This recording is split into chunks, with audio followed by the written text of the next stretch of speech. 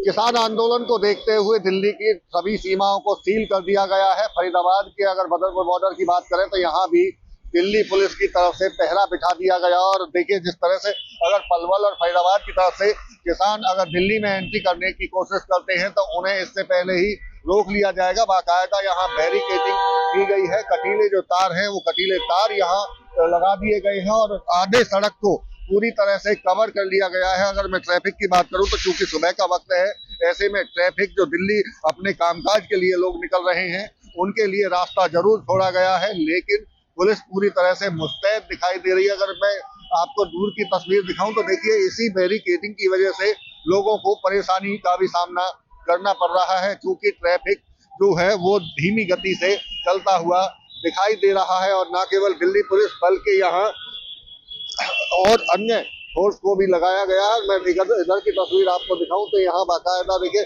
Tent लगा दिए गए हैं ताकि जो पुलिसकर्मी हैं वो 24 घंटे ड्यूटी दे रहे हैं और ऐसे में उनके लिए यहाँ ये व्यवस्था की गई है। अगर दूसरी तरफ तस्वीर दिखाऊं तो आईटीबीपी के जवान यहाँ मुस्तैद दिखाई दे रहे हैं पूरी तरह से। आप देखेंगे तो तमाम जवान हैं वो अपनी ड्यूटी पर यहाँ तैनात हैं और ऐसे में इनकी नजर इसी बात को लेकर है कि कोई भी किसान दिल्ली की तरफ ना बढ़ सके।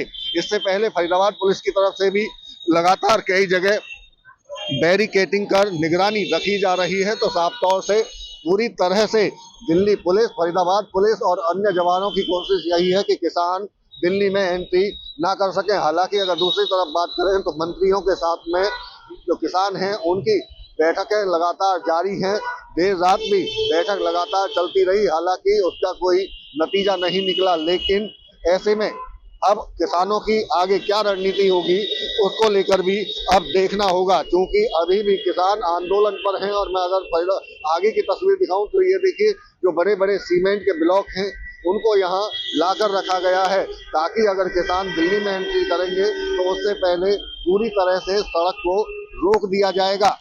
और वज्र वाहन, बाकायदा वज्र वाहनों को यहाँ लाया गया है। इसके अलावा अगर मैं दिखाऊं तो आपको अर्थ मूवर जो मशीन है और कैंटर यहाँ रखे हुए आपको दिखाई देंगे, ताकि पूरी तरह से जब अगर सड़क को रोकने की बात होगी तो यहाँ इस सड़क को पूरी तरह से ब्लॉक कर दिया जाएगा।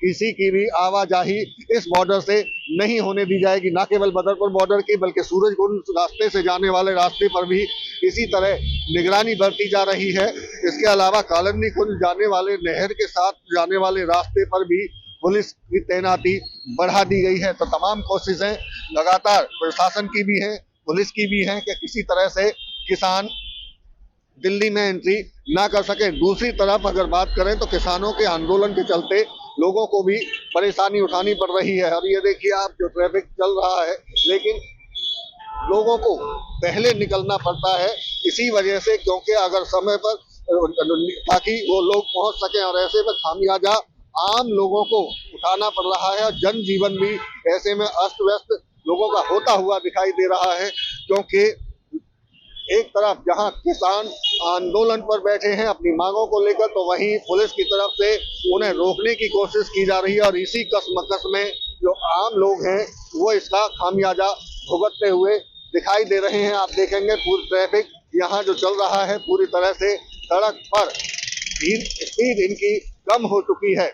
और यही वजह है कि लगातार अगर ये आंदोलन लंबा खिंचता है तो ऐसे में और ज्यादा दिक्कतें लोगों की होंगी। बैरिकेड पूरी तरह से यहाँ लगा दिए हैं दिल्ली पुलिस की तरफ से। इससे पहले एक नाका फरीदाबाद में लगाया गया है। तो आप देख सकते हैं कि डबल लेयर की सिक्योरिटी बॉर्डर पर पुलिस की तरफ से बढ़ाई गई है। फरीदाबाद से देवेंद्र कौशिक, इंडिया न्यूज।